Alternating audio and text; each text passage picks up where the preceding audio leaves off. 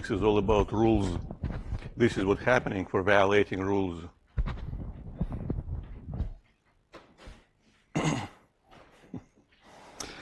Well, so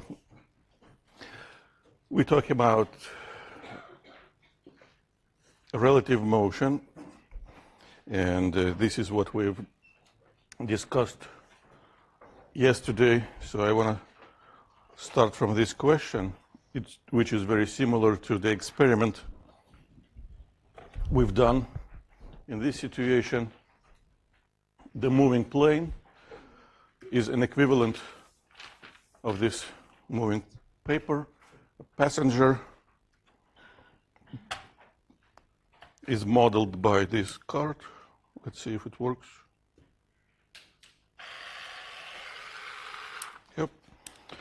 So the plane is traveling to the right, and the passenger walks in the opposite direction. And again, we can help ourselves by marking locations.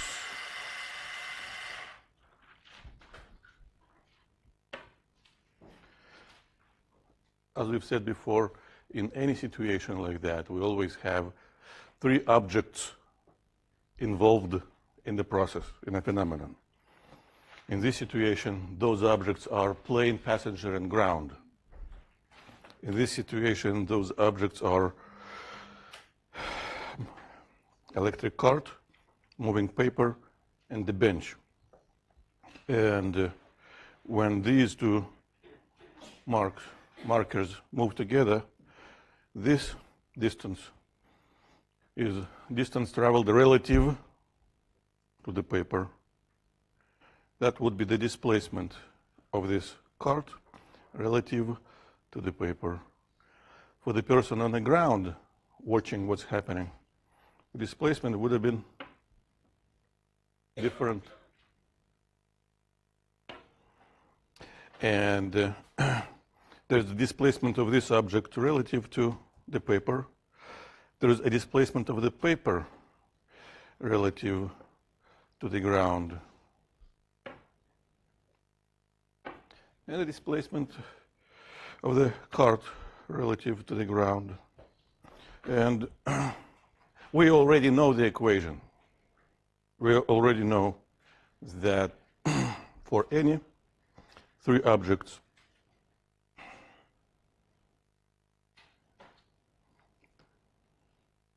oops, too soon. The displacement of the passenger relative to the ground should be equal to the sum. The displacement of the same passenger relative to the airplane plus the displacement of the airplane relative to the ground. In general, for any type of a displacement, we use symbol delta R. However, for a one-dimensional motion,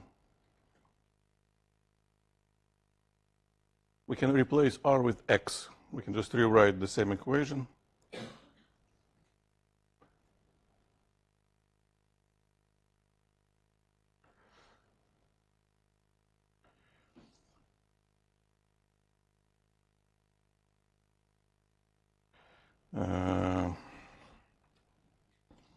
I'm breaking my own rule. The rule says use the same letter for the same things and different letter for different things. So if I use ground again and again and again, I should use the same letter, either capital G or lowercase g, but it has to be the same. Now, what do we know? A passenger moves west relative to the airplane. So that's what we call west.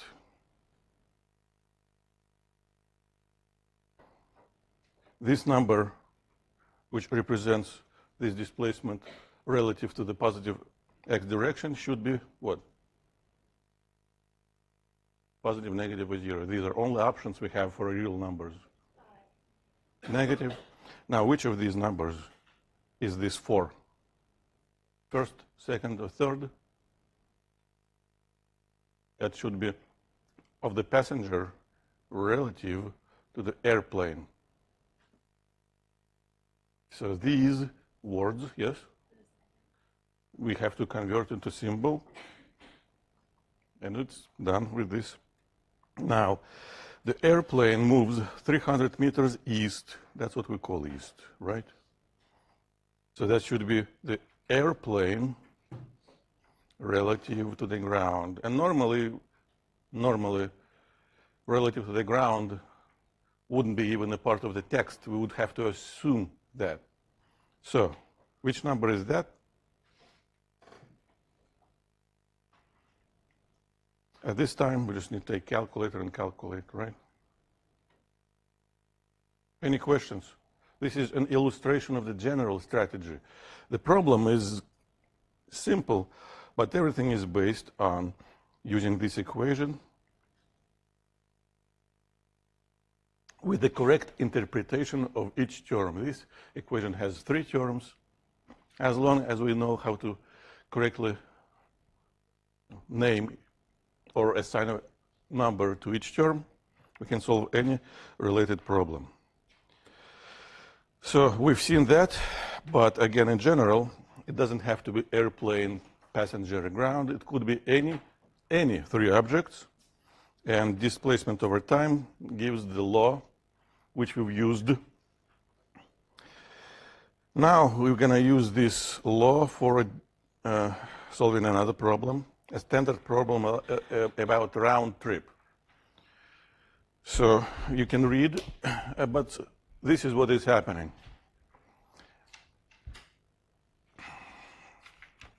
Doesn't matter how we do it. So home, post office.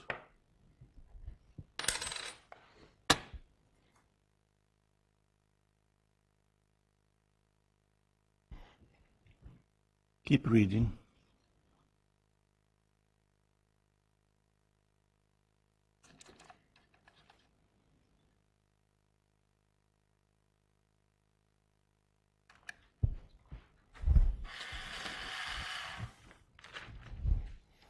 Too soon.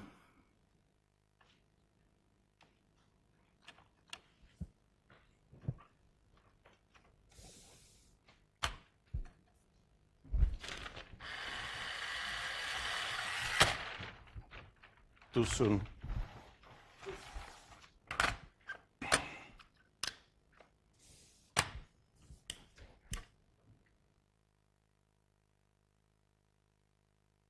Hey, you should work.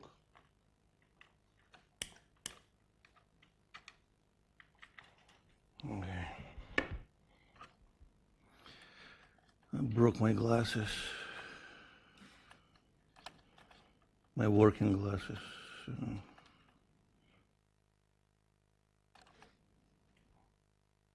Try this.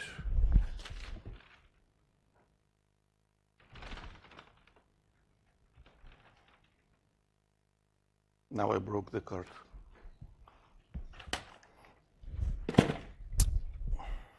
Always have a backup. And ideally a backup for the backup.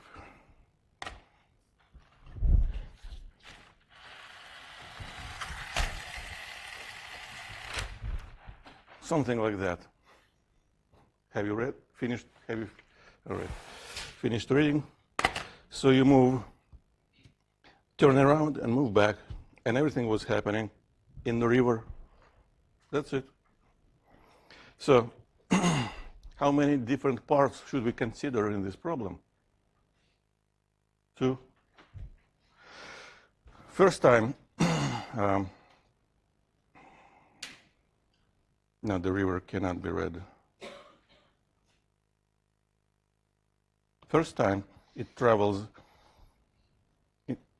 in the same direction with the stream or up it and vice versa.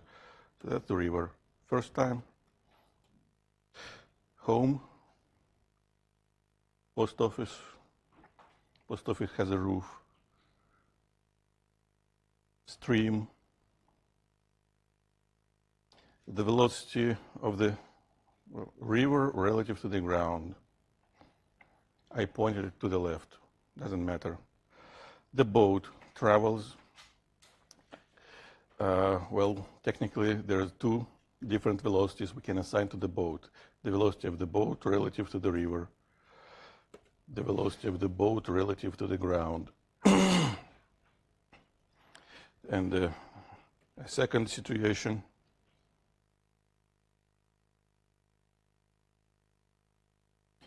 still same velocity of the river relative to the ground, but the boat wants to go back to the home.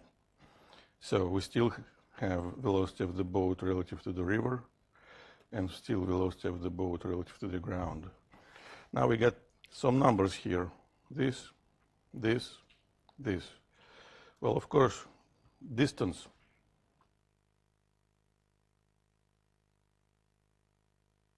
is the same for both parts of the trip, right?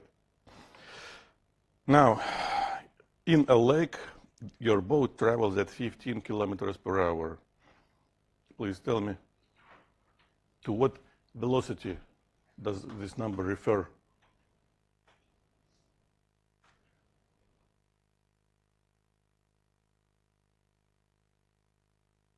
The magnitude of a certain specific velocity should be equal to this number. Magnitude of what velocity should be equal to 15?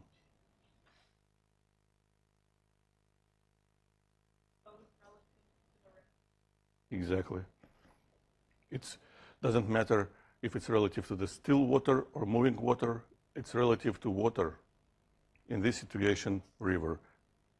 So this is this term covered.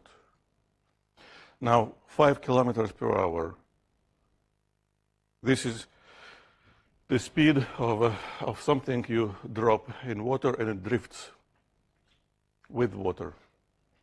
So 5 kilometers per hour, that would be the magnitude of what velocity? Relative to ground. Now, in real life, every day we just say velocity or speed, but we need to understand that it's a slang. The full name always has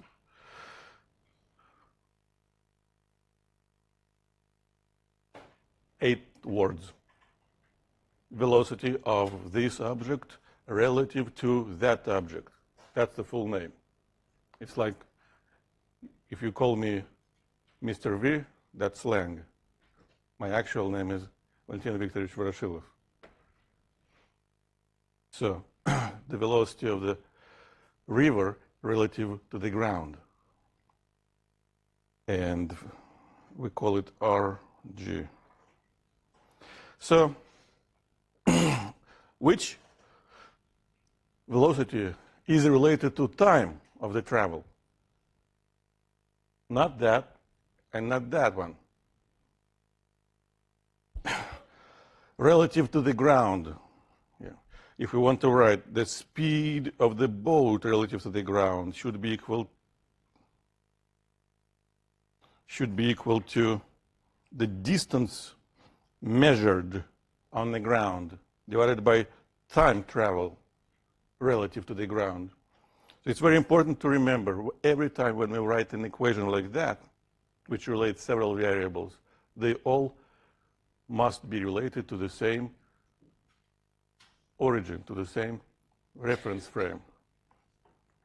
If distance is measured relative to the ground, then time, of course, well, in this mechanics, time is absolute, so it doesn't depend on reference frame. But as we saw, distances and velocities depend on the point of view. So, boat relative to the ground, distance measured on the ground. Now, this equation, of course, we can write twice. First time for the trip, well, up the stream, and second time for the trip backwards, down the stream. And in these equations, the distance is always the same, 20 kilometers 20 kilometers. So the real question now is, what numbers should we write here for the speed of the boat relative to the ground on its way up the stream, and what number should we write here for the speed of the same boat relative to the ground, but on its way down the stream.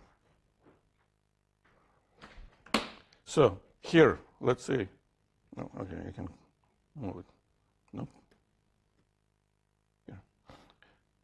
Please tell me this number.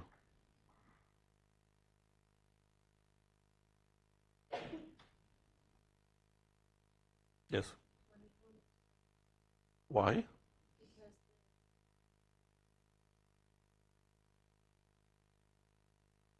Are you agree?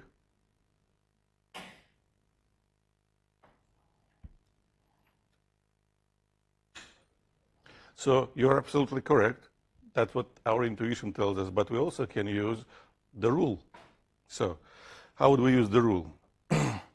Well, here we have, if it's an arrow, that's the velocity of the river relative to the ground, and this is the velocity of the boat relative to the river.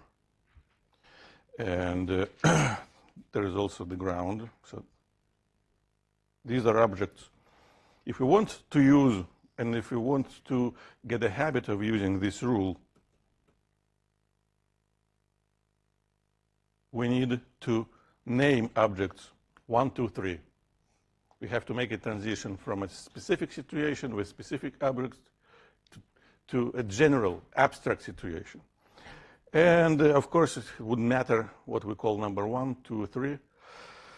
From my experience, it's easier for us to look at everything relative to the ground.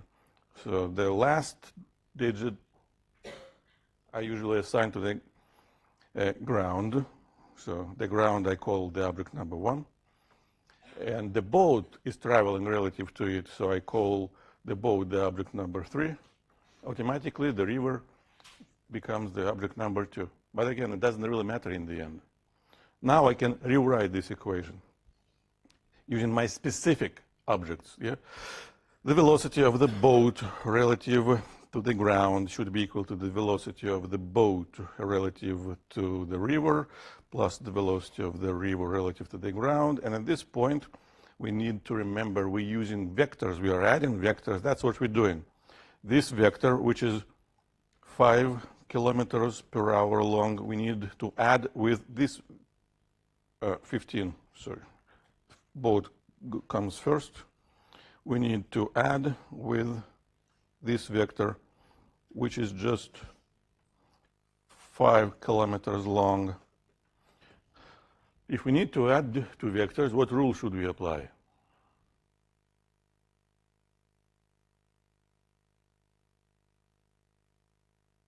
What's the name of the rule? Yes, yes, yes, yes. No. Head to tail. We could have used components, but that would be too much work, because everything we need to do now is just draw two arrows together. So this gives us the new arrow, which is velocity of the boat relative to the ground. Now, the length of this arrow, as we can see from this picture, is equal to 15 plus 5. And that's how we get 20 kilometers per hour.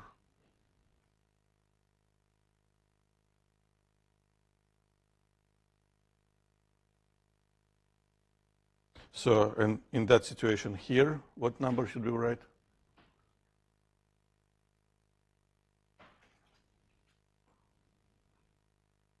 Ten.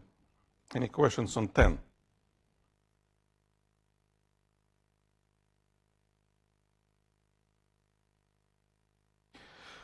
Well, so T1 will be equal to 1 hour, 20 over 20. T2 will be equal to 20 over 10, 2 hours. So your total time for the round trip is 3 hours.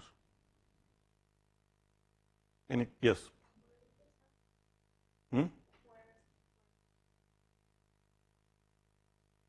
Well, I just asked any questions on 10. So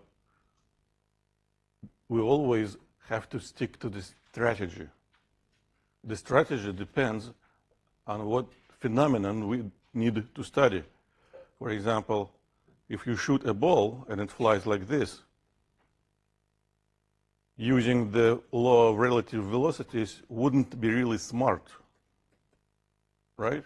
Choice to make, because they're not related. So that's why names are important. The name of the phenomenon excites the right memory cells. This is what we call projectile motion. And I've got one more problem with this. And for projectile motion, we need to start from writing motion and velocity equations, which is supposed to be a part of your equation sheet. But I would suggest it's supposed to be a part of your memory by now. So this phenomenon has a name, relative motion.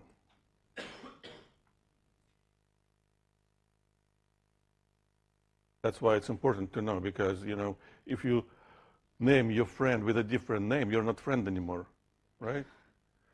So if you name a phenomenon with the wrong name, that's it. You just cannot apply the theory behind it. So if you look at what's happening, you name it correctly, relative motion, you know what law to apply, the law for relative motion. And now you just have to apply it. Application in physics always starts from drawing a picture which shows clearly what's happening. Now what's happening? The river still travels in the same direction. So the velocity of the river relative to the ground, the magnitude of this is still 5 kilometers per hour.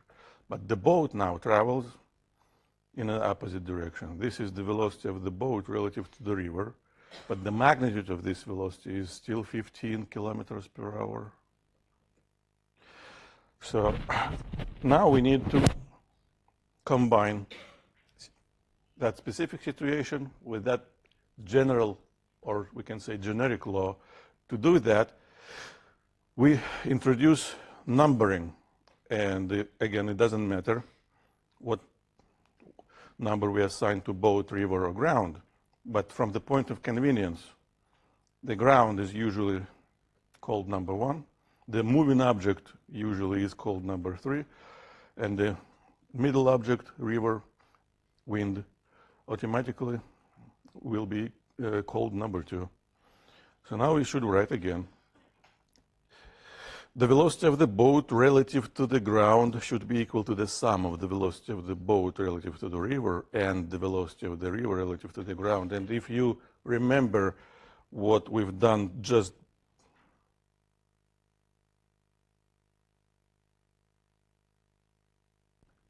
a minute ago, so far there is no absolutely difference between what I've been writing 5 minutes ago and what I'm writing now. The difference is not in equations. The difference comes now when we start using the equations, because we need to add 2 vectors, boat relative to the river plus river relative to the ground. That's what we need to do. So by now, either you're familiar with vector additions, in that case, everything is clear, or you may do some more exercises on vector additions to make it clearer for you. So we can apply components, or we can use a tail to a head rule. And as the result.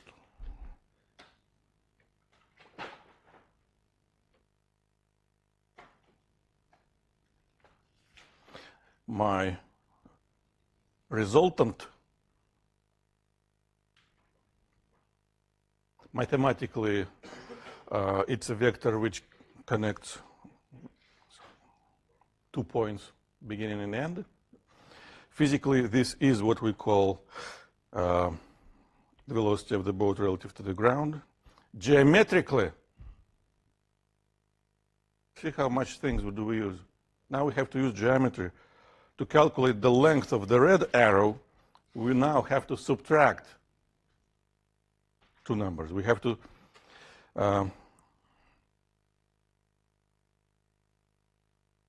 do this, right? This is what we call vector addition. But if we make a transition from vectors to magnitudes of those vectors, turns out in this particular example, we kind of adding a negative number, subtracting. So it's 15 minus 5, 10.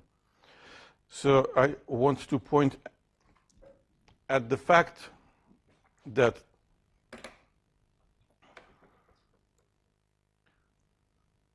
starting from the very first equation to the very last result, very last number, I didn't use my intellectual abilities at all.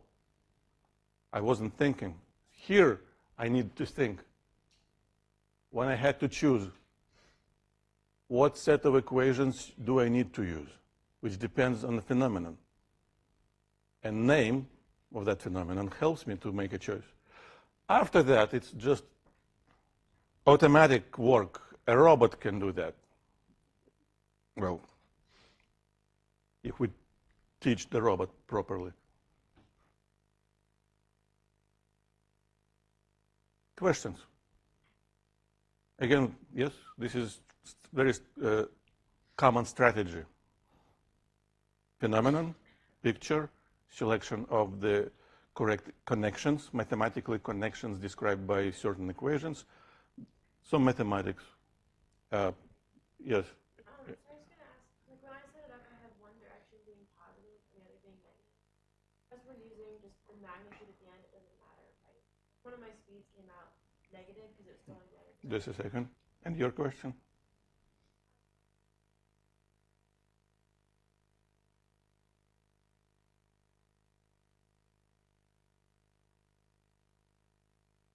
Yes, exactly. But on its way toward the post office. And this is a situation when it travels back from the post office to the home. Now, your question comes from the difference between magnitude and component. In my calculation, from the very beginning of the problem to the very end, I haven't used any component. That's why I don't have any negatives. I used geometry. But you could have used components as well. Components would give you what? Well, how do we make a transition from vectors to components? We just rewrite the same equation, but instead of using a symbol for a vector, that little arrow, we start using a symbol for axis. This is the equation, BRGX. Like you did in the homework, the equation which relates vectors automatically relates components. I can even write like this. The same equation will work for y components. However, in this situation, all y components are equal to 0 because these vectors don't have them. But here, what do we have is, well, this is our unknown. That's what we're looking for. And here we need to write two specific numbers. What is the x component of the velocity of the boat relative to the river? In this situation, it's negative 15 because it points to the left. What is the x component of the velocity of the river relative to the ground? In this situation, it's negative 5. So as the result, the x component of the velocity of the boat relative to the ground will be negative 20 because of this. Everything points to the left. But if you want to relate distance time, we need to use speed, not velocity. So if velocity points to the left, the magnitude of it's still 20. So the equation still magnitude of the x component of velocity of the boat relative to the ground should be equal to distance over time. Well, that was time number 1.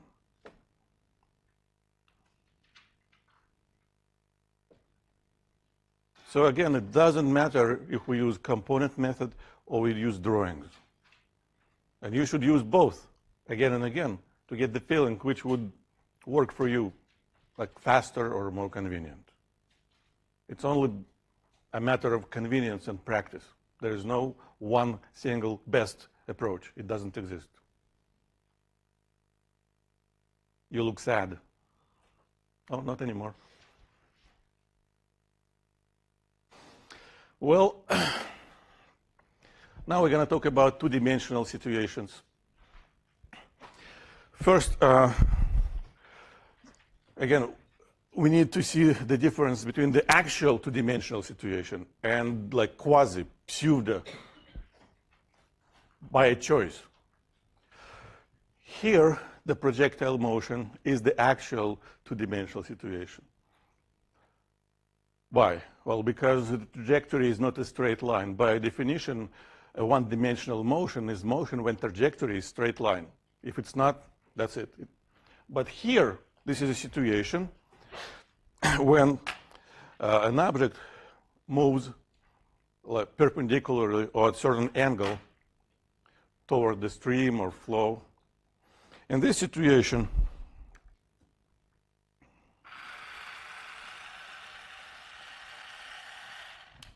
the trajectory is straight line. So technically, this is a one-dimensional motion. We could have drawn the x-axis, and that's it. However, for simple reasons of convenience, it's actually easier to treat this one-dimensional motion as a two-dimensional motion. So first, a quick recap of the actual two-dimensional motion. One more problem on projectile motion. A very common situation. So an object, a ball, is being launched from the ground.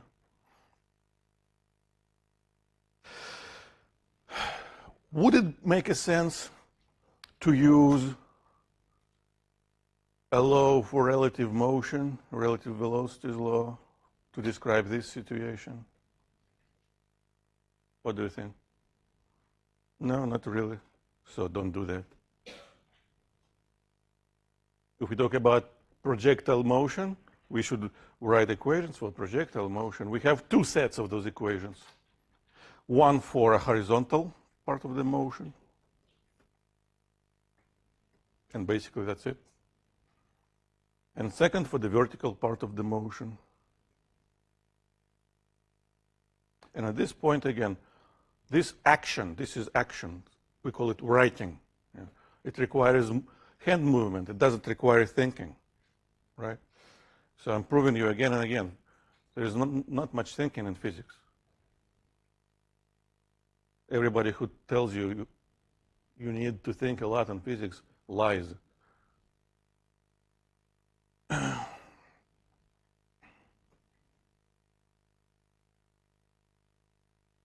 That's the motion equation for the vertical component. And of course, there's the velocity equation. The most important, the crucial part is to remember that now these variables, v here and v there, represent different components of the same vector. here, that's the x component of velocity. I could have, well, technically, this is what I should have written. The x component is equal always to its initial value because it doesn't change, because it is constant. But the y component changes. So this symbol represents the y component of initial velocity, same as this. And now we just need to, yes?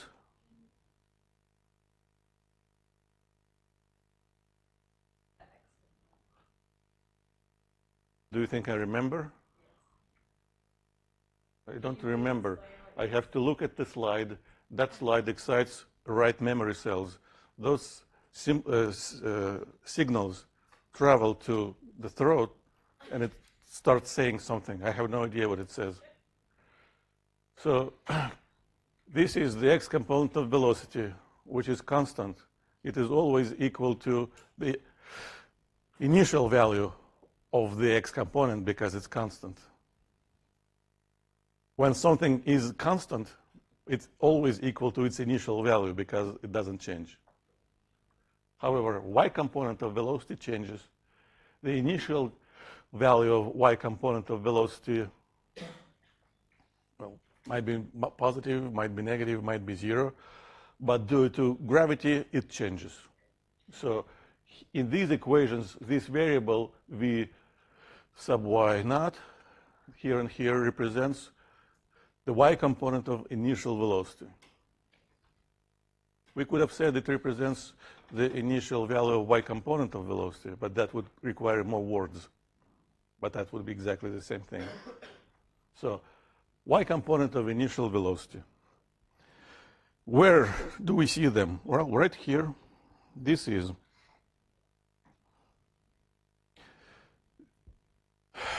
the x component of initial velocity, which remains constant.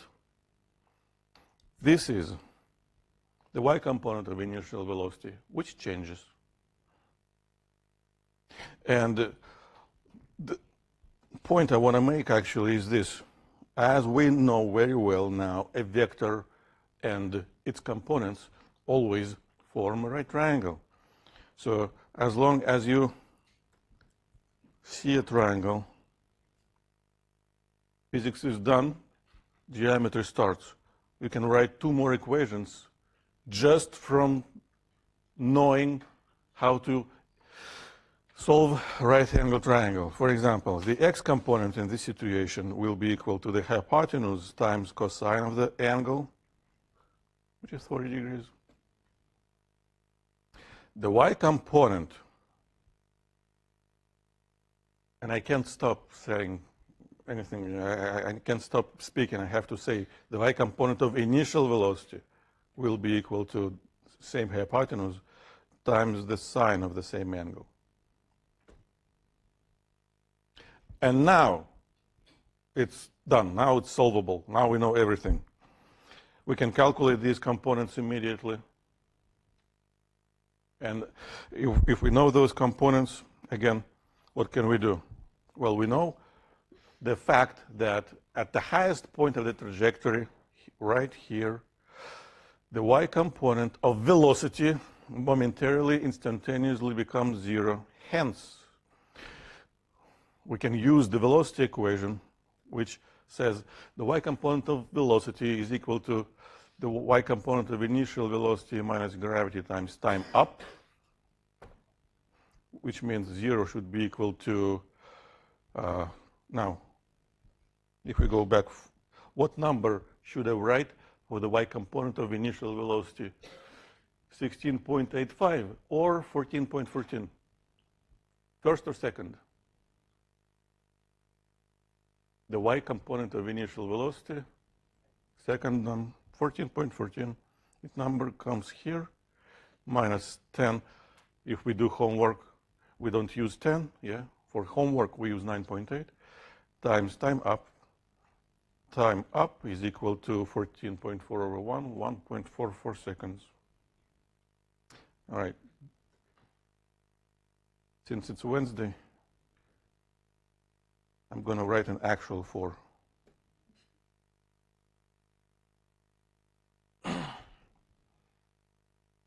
Now, since the object goes up and down, exactly the same height, it's very easy to see that time down in this situation will be also equal to 1.44 seconds. Same time up, same time down. Every time when the projectile lands at the same level where it starts, time up is equal to time down.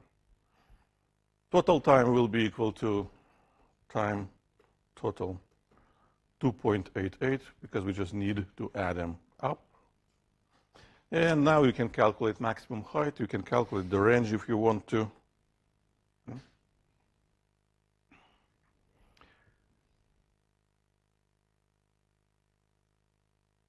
Well, my slide uses 9.8, so it's, instead of 2.8, it gives 2.9.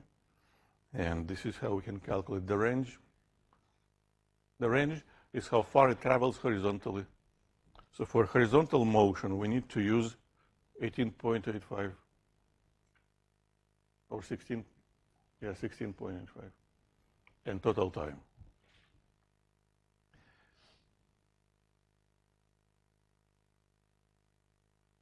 This is 0, as we know, because the acceleration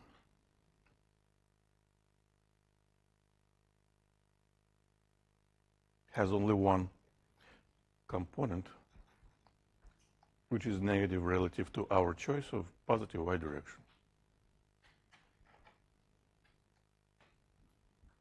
In general, when a vector is perpendicular to an axis, it doesn't have component to that axis. For example, acceleration is perpendicular to x-axis. Ax equals 0. The velocity at the top is perpendicular to the y-axis. V top y equals 0.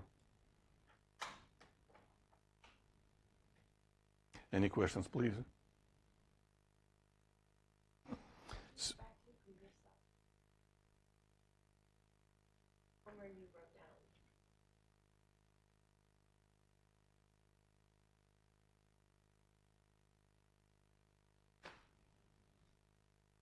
You know, it's going to be posted on Blackboard.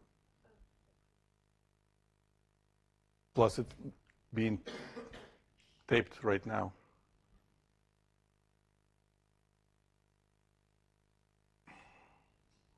Although I haven't checked, actually, so far. I just believe it's being taped. So, all right. Now we're going back to this quasi-pseudo two-dimensional situation.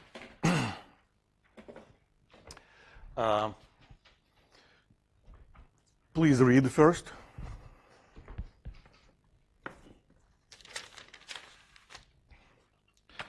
Because soon I'm going to switch to the document camera. But what's happening here is this. Let's assume this is a lake.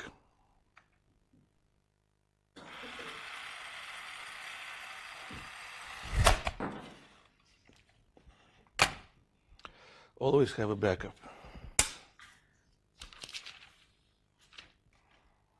Now, what difference would we see if that would have been river?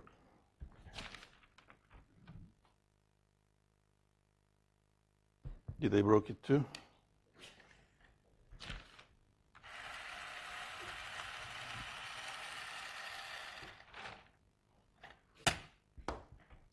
So, did you see the difference? Now the question.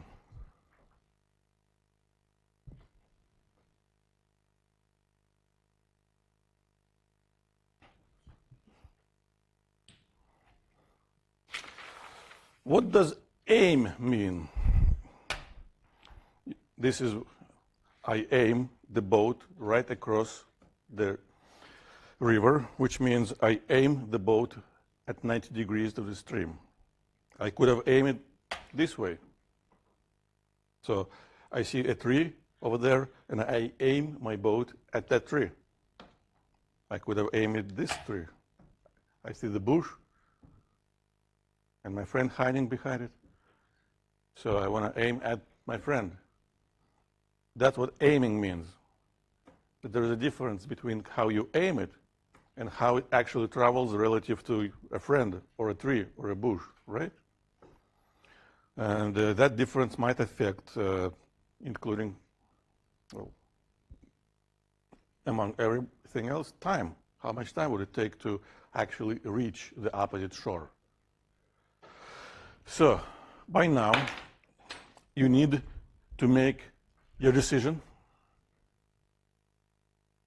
How do you aim? Angle. Angle, aim, synonymous.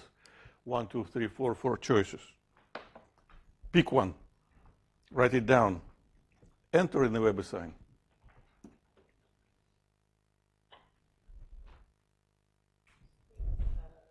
Too late.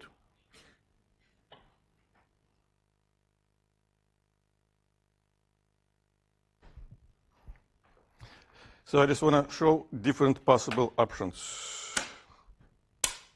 Again,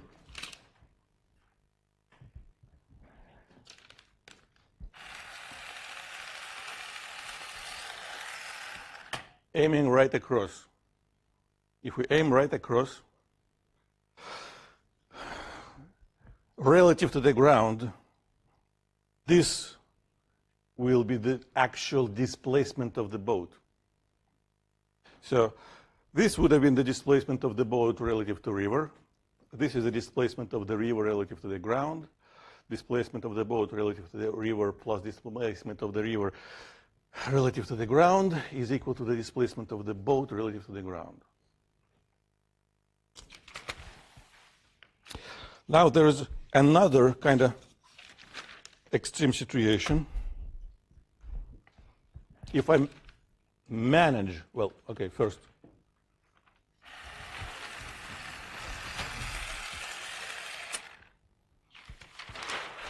if I manage to drag it too fast, still it might land below the original point. But if I manage to keep exact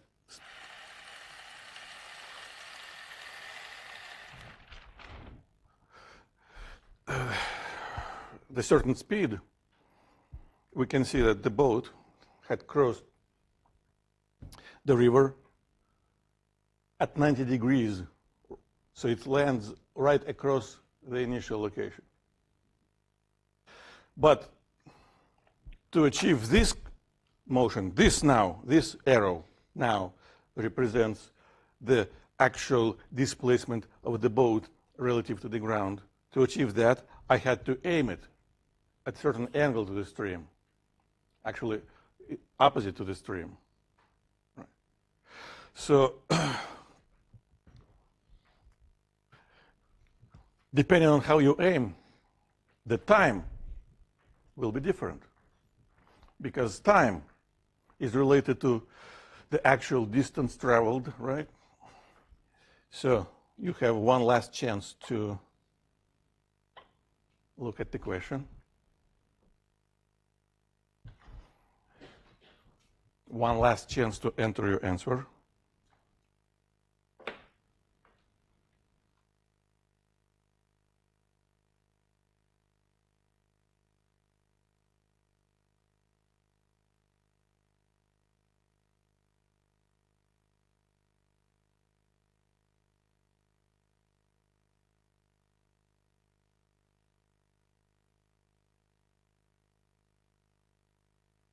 I just want to take a look at the distribution. Well, 2, 3, 4, that's a wide distribution, which is a good thing. 2,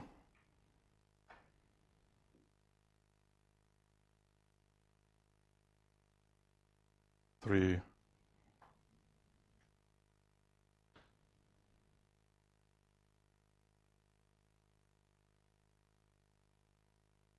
Well, let's think about it.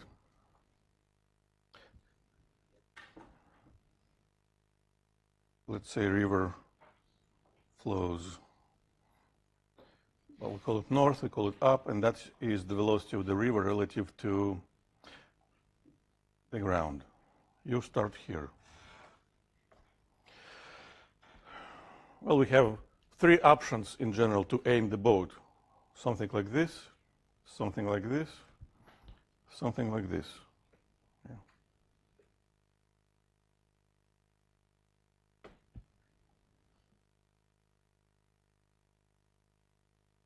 And here is where it's kind of convenient to treat this motion as a 2-dimensional. For all three options, this will be the same number. This distance between two shores, we call it Lx, for example, will be the same. Now, time to travel supposed to be related. On one hand, we can always write an equation. Speed should be equal to actual distance traveled divided by time. But also, since we know how to use vectors, we can write that the x component of that should be equal to this divided by time, as well as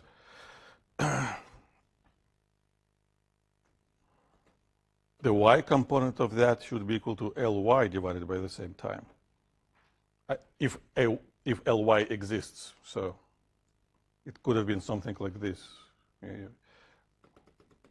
If it lands here, that could have been Ly. But the difference between these equations is that this equation is easier to use to figure out what to do to cross as fast as possible. And then this equation is more convenient to use to figure out the distance dragged by the stream, if that even happened. So now, please, if you look at this equation, to minimize time, to travel as fast as possible means make this number as small as possible. To minimize time, keeping this distance constant, what should we do to the x component of velocity?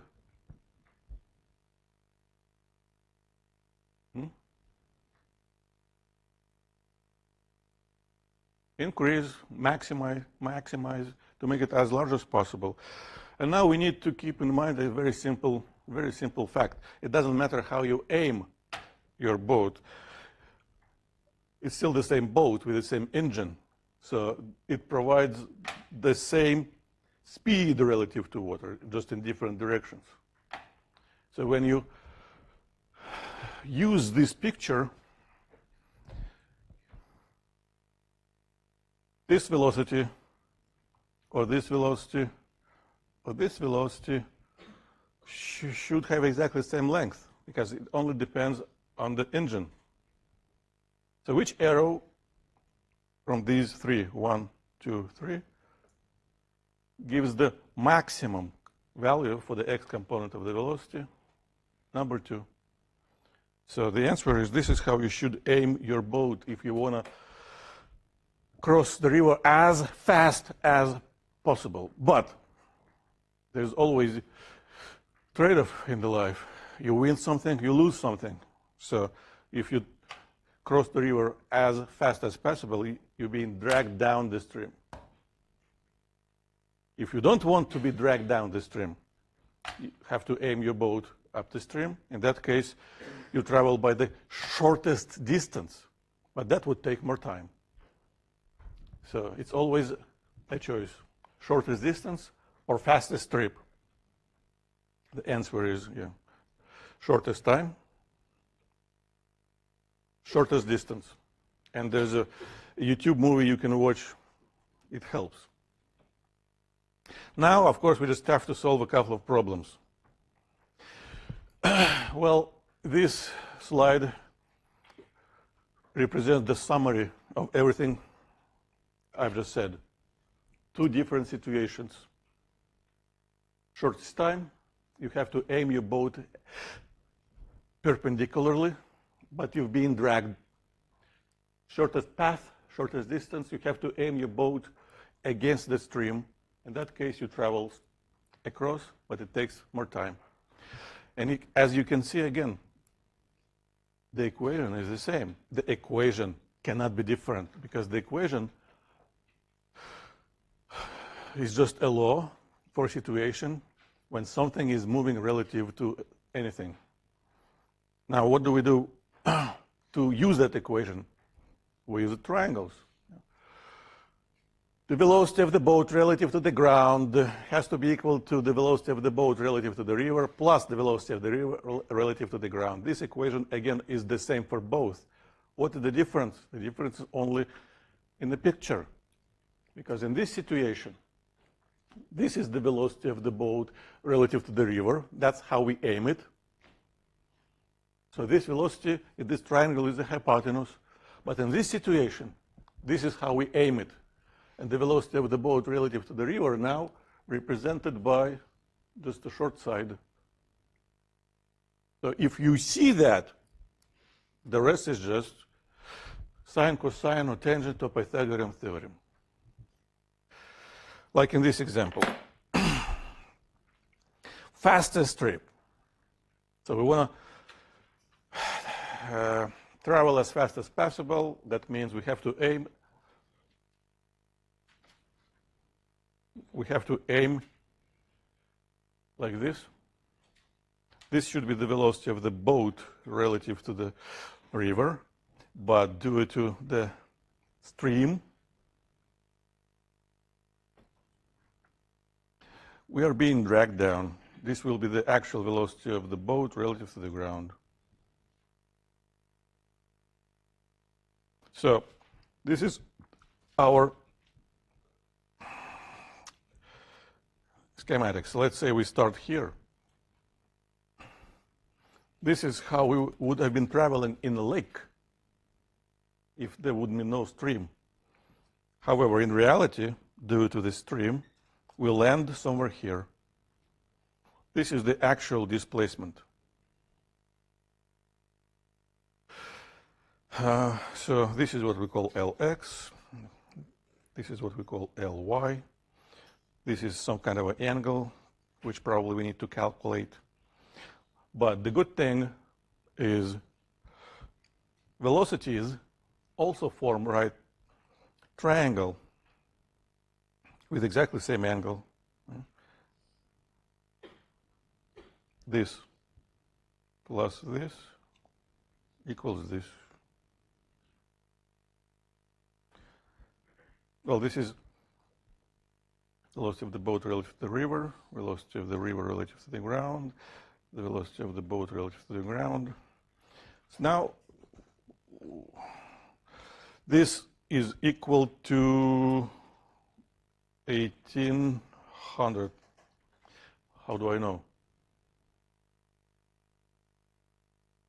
Well, first of all, I'm human, I can think, I have eyes, I can see, and I'm educated, I can read. See how many things involved. It's important. Now, where else do we know? In lake, it would have been traveling at 4. So, 4, what number? What velocity should I use? Yes, that's 4. The river, so now we're done. Yeah, all we have to do is just, well, let's call this again theta. So angle theta will be equal to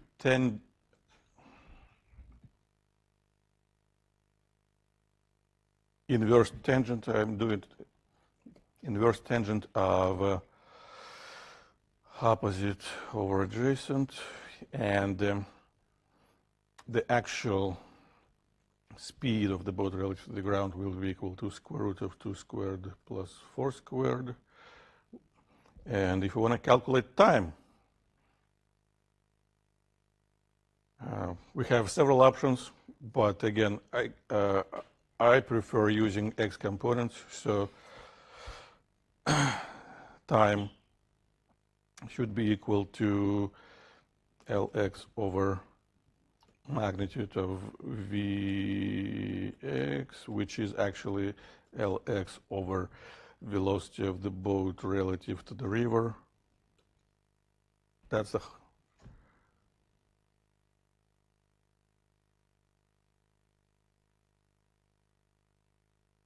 in fact, this velocity, physically, that's velocity of the stream relative to the ground, but mathematically, it also represents the y component of the actual velocity of the boat.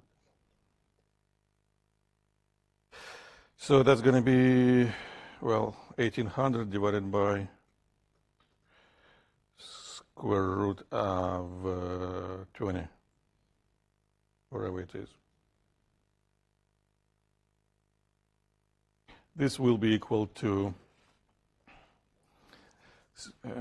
well, the speed of the stream times time.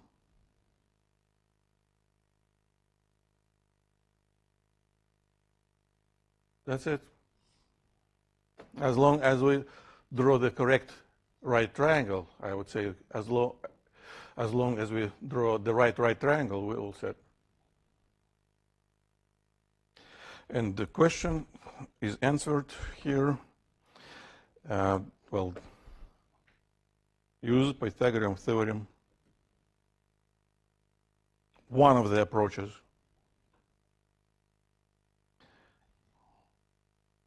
The second one would have been, yes?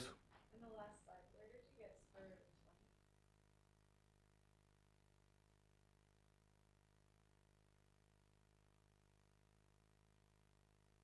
20? 4 squared is 16, 2 squared is 4, 16 plus 4, 20. Yes? If you're using 1800, don't you think it will so you used 1800, which is the width of the river, rather than the... Absolutely correct. You see, I wanted to trick you, but I didn't. You've been paying attention.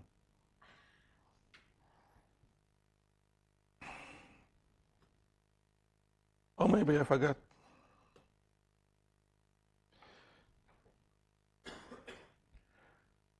Or maybe it's Wednesday.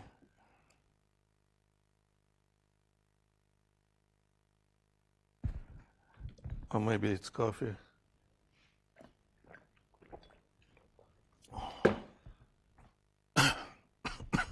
I just said it should be Vx. Excuse me. Or not.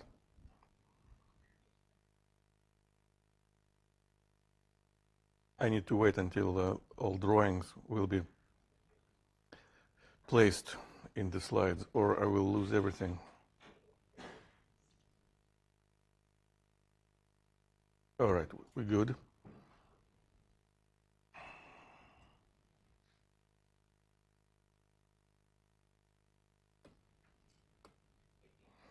So you're absolutely correct. Now, question. All right, I'm going to do this.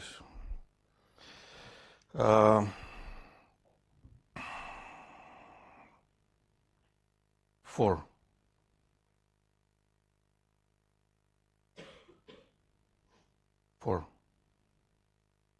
Oh, yes, that's why I did it. Because it's Wednesday, I'm writing actual 4s. All right. And that should be a 2. Okay, I think everything else is in. That's what I meant. For this speed, for this speed. And actually, what I wanted to say now, that's what I meant. Yeah, if you know this speed,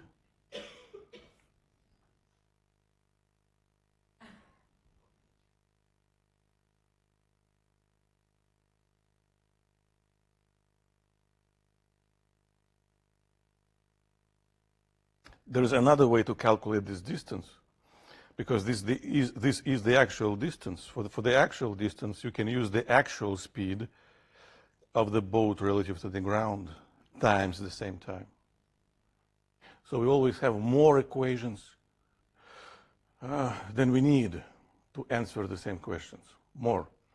So you can use either geometry of a horizontal and vertical axis, and right triangle for the x and y components of the displacement, or you can use the relationship between distance, time, and speed, but you need to use the correct speed.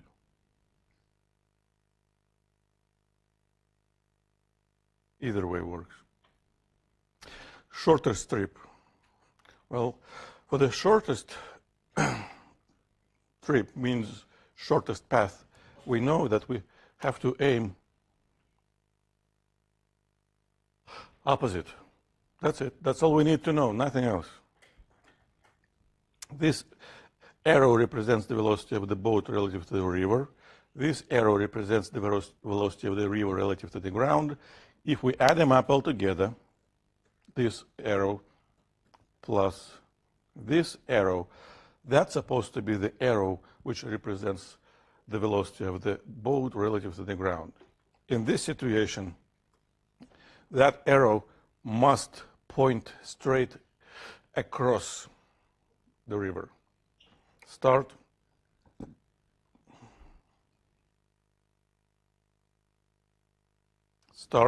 finish. So our triangle now looks like this, this,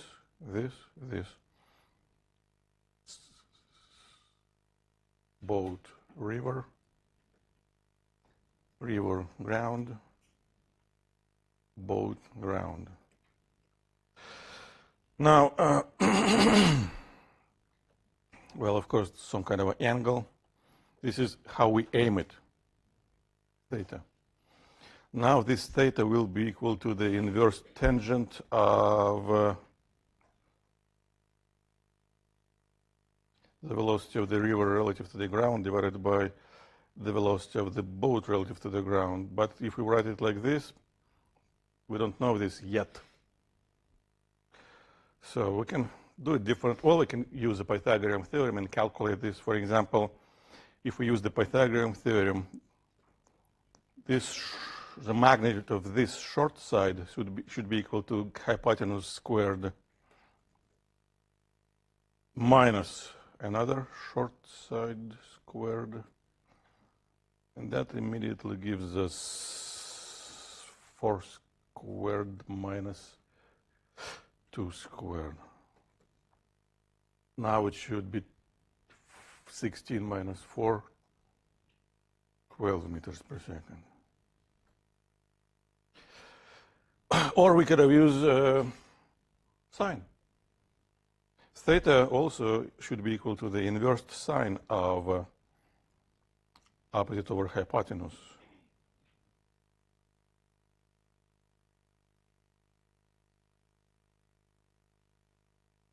So that's the inverse sine of 2 over 4.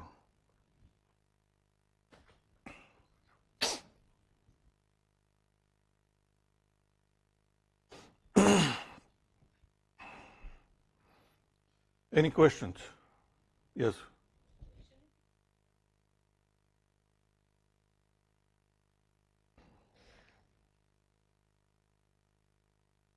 I just can't trick anybody today,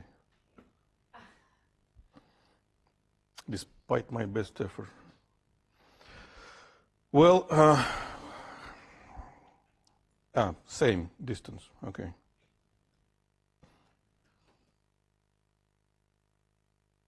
Well, immediately we can answer a question.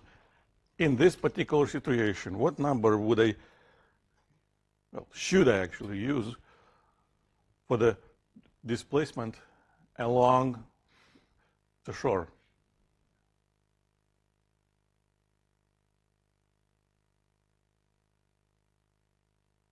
Is it being dragged? No. So what number do we use for no? 0. In this situation, the actual displacement delta r looks like this. So the displacement doesn't have y component.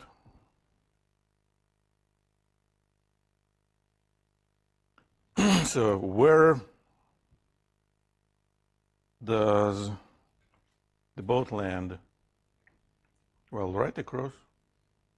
That's it. It's not being dragged. How long does it take to cross the river? Well, we need to use variables related to x component. So it should be this velocity, the actual velocity relative to the ground should be equal to this divided by time. So time should be equal to this distance divided by this number. And if we use our calculation, that now should be equal to 1800 over square root of 12.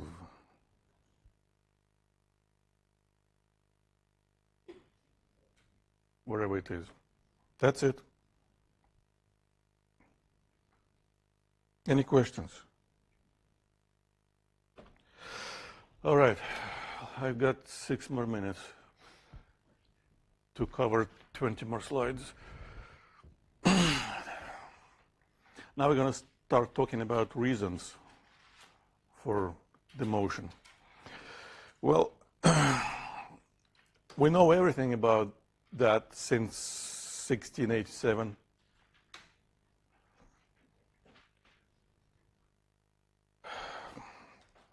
First, when we start studying something new, we need to introduce new physical quantities. We need to name something which is important and specific for that particular phenomenon. And that new physical quantity we're going to study has a name, force. We know many forces. For example, force of gravity pulls everything down. It stops because of friction acting between this object and the surface. If we attach something to a spring scale, there is elastic force acting. Forces we can divide into categories. One, we call contact forces. The word contact is a fancy word for touching. When two objects touch each other, they are in contact, they influence each other. But gravity, magnetism, electric force, they don't require touching. Now, there are many, many forces. We're going to start from a set of simple mechanical forces. For example,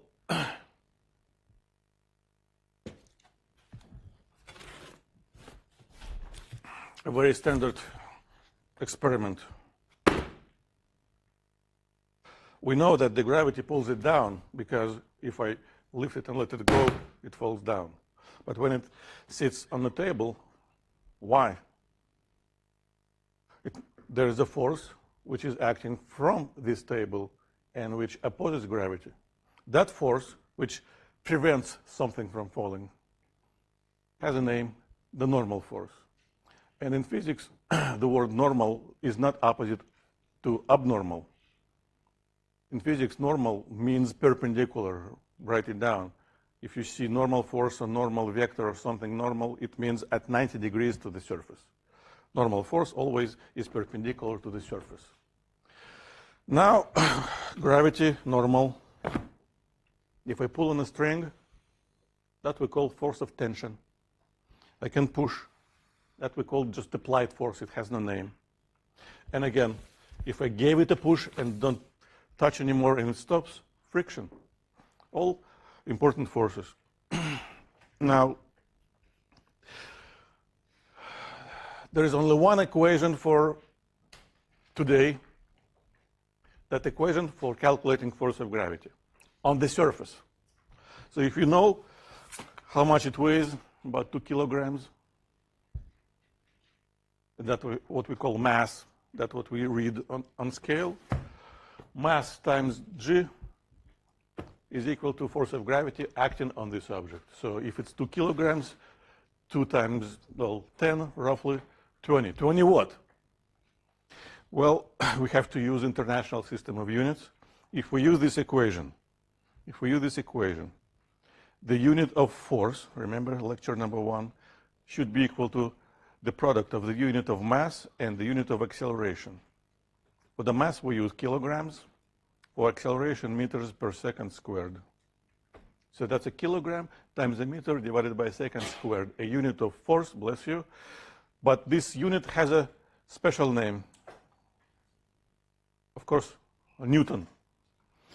Now we can see, again, a very common situation when exactly the same letter is being used differently.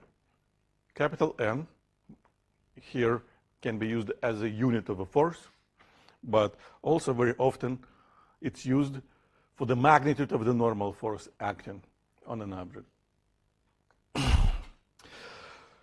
Newton left us many, many laws. We start from the third one. The third Newton's law says when two objects interact, they exert forces on each other. Those forces have exactly the same magnitude, but opposite direction. For example, here.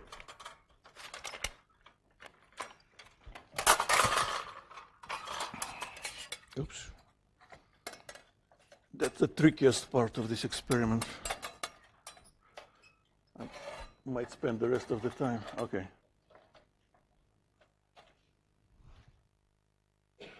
Sixteen. But of course, they act in opposite directions. So this is the Newton's third law. It's not a definition. Theoretically, we could have redefined a definition and make everybody agree. We cannot change the law. The law is not up to us. The law just comes from nature. We just have to remember it. When two objects acting on each other, they exert forces on each other, opposite but same magnitude. That's it. There are many situations when this law can be applied. Two objects collide, push on each other. If we let the ball fall, well, first of all, right now, two forces acting on the ball. Gravity, because Earth attracts everything, and my fingers, technically it's friction between fingers and the ball. But if I remove my fingers, it's going to fall down, gravity. Why does it bounce back? Because when it touches the table and exerts a force on the table,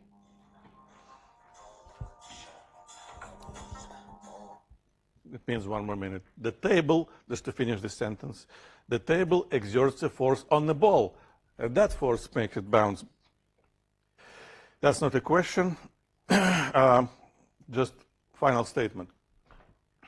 In this experiment, you have an object, and you have a very strong person pulling on the rope and a very weak person, a boy, pulling on the rope.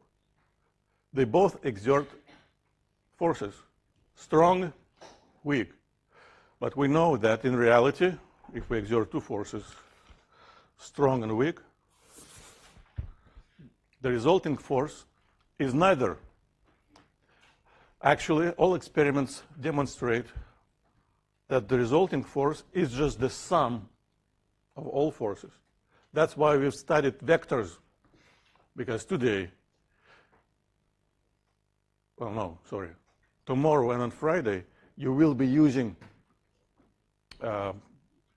this law in a lab. The sum of all forces just has a name, the net force or total force. And now we're done. Thank you very much.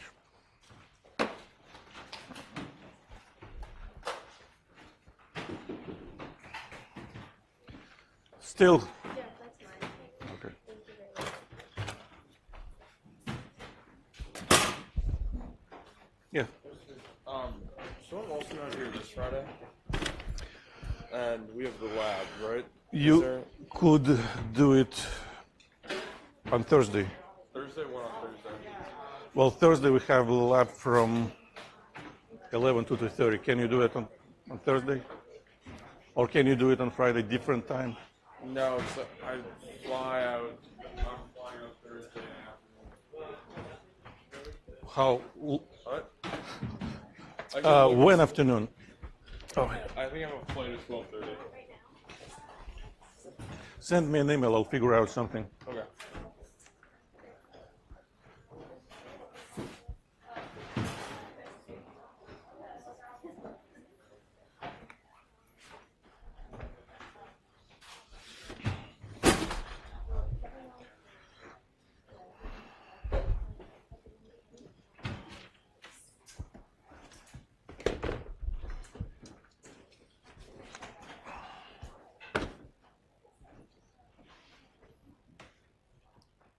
No, you gotta go that way. And you can take this.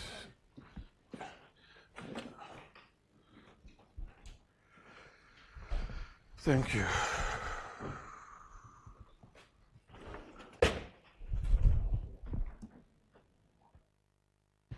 I can't do it yet.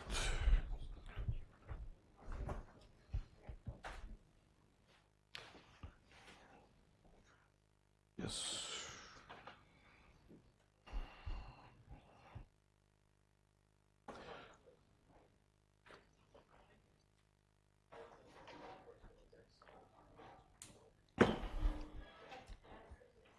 There's still a lab session tonight, right? Tonight, yes. Today is Wednesday. It's a regular Wednesday. Okay.